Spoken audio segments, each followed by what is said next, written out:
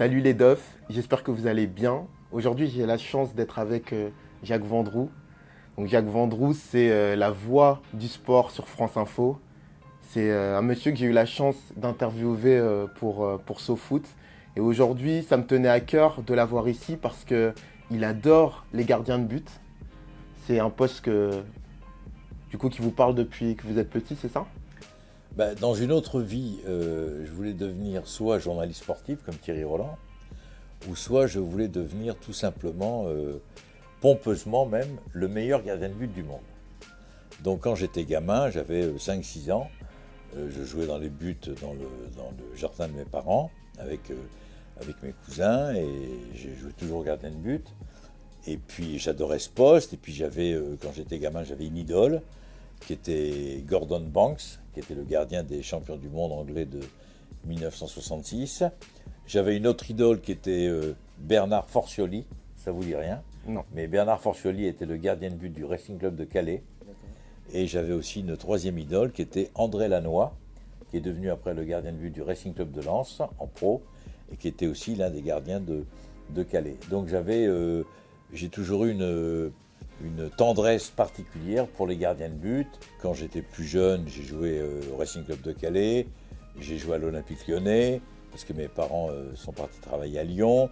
J'ai joué après, quand je suis remonté à Paris, j'ai joué au PUC, au Paris Université Club.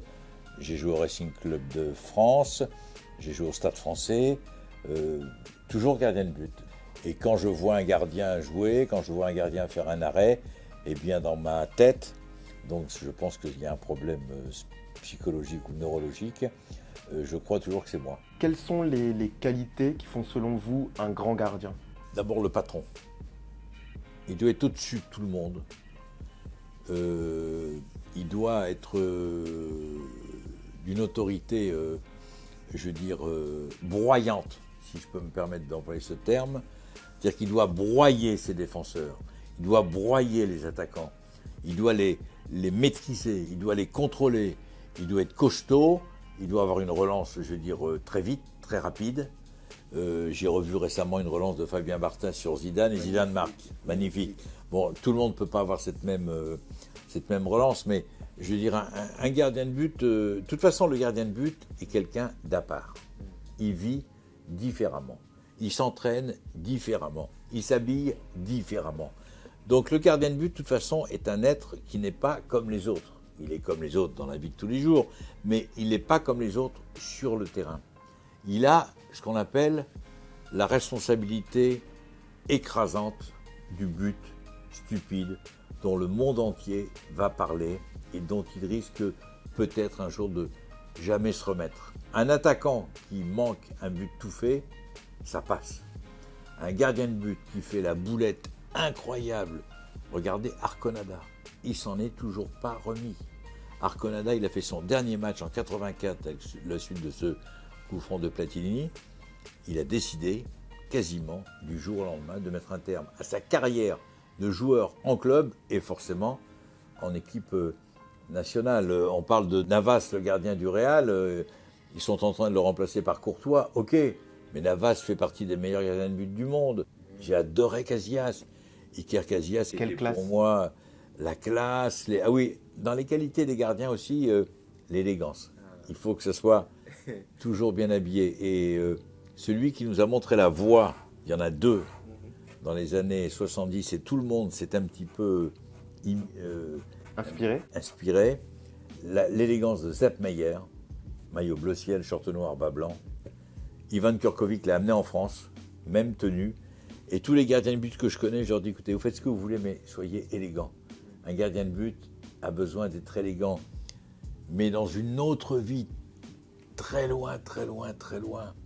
Il y avait déjà un gardien en France qui s'appelait Pablo Hernandez, qui était le gardien de l'AS Monaco des années 60, qui était très beau mec, et en plus il était hyper bien sapé dans les buts. Lui, c'était maillot bleu ciel, short bleu ciel, bas bleu ciel. Ça, c'est la classe. Et Yachine jouait toujours maillot noir, short noir, bas noir. Yachine jouait toujours avec un D sur son maillot, ça voulait dire Dynamo de Moscou. Et il avait même l'autorisation quand je jouais en sélection, de jouer avec le D de Dynamo de Moscou, parce que c'était une star planétaire, parce qu'il représentait l'ex-Russie, enfin l'ex-URSS. C'était très émouvant parce que le premier jour où je suis arrivé en Russie, j'ai été sur la tombe de Yachine, déposer une rose. Parce que je voulais lui dédier cette Coupe du Monde de football et lui dire que si j'ai aimé ce métier de journaliste, c'est grâce à lui. Si j'ai aimé ce métier la fonction de gardien de but, c'était grâce à lui. Pensez-vous qu'un gardien, prochainement, aura le Ballon d'Or? Moi, j'aurais aimé qu'on le donne à Buffon pour l'ensemble de son œuvre. Mais malheureusement, je pense que la FIFA n'est pas du tout dans ce trip. Mais j'aimerais qu'un jour, un gardien de but obtienne le Ballon d'Or. Actuellement, le meilleur peut-être gardien de but du monde, actuellement sur ce qu'on a vu sur les 3 ou 4 dernières saisons, reste quand même Courtois.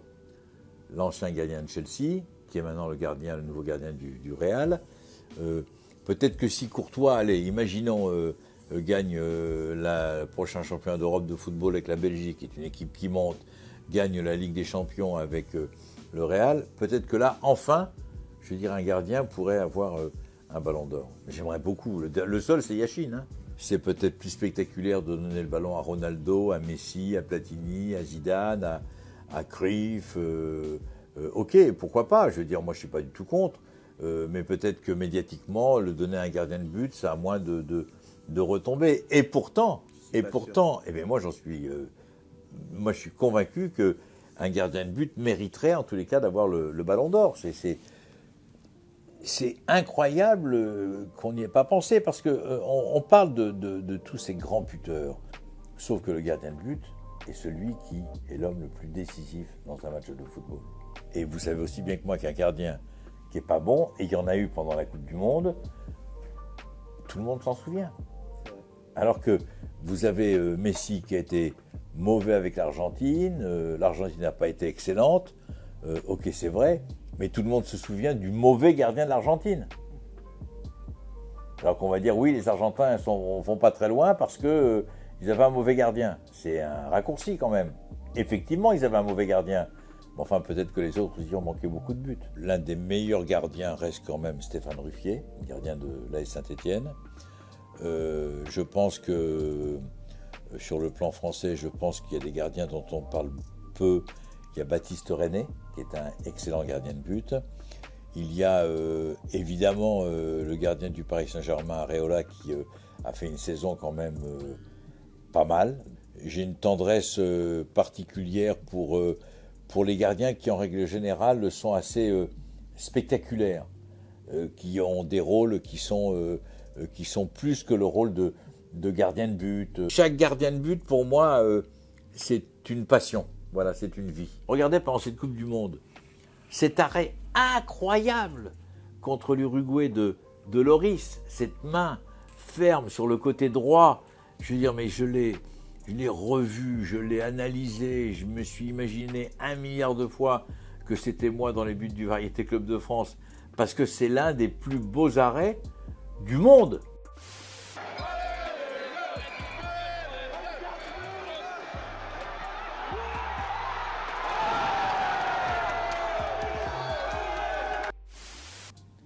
Mais regardez, après on met le deuxième but. Donc le gardien a apporté sa part à l'édifice de la victoire et de la qualification contre l'Uruguay, parce qu'il a eu cet arrêt magnifique et exceptionnel dont on parle encore aujourd'hui.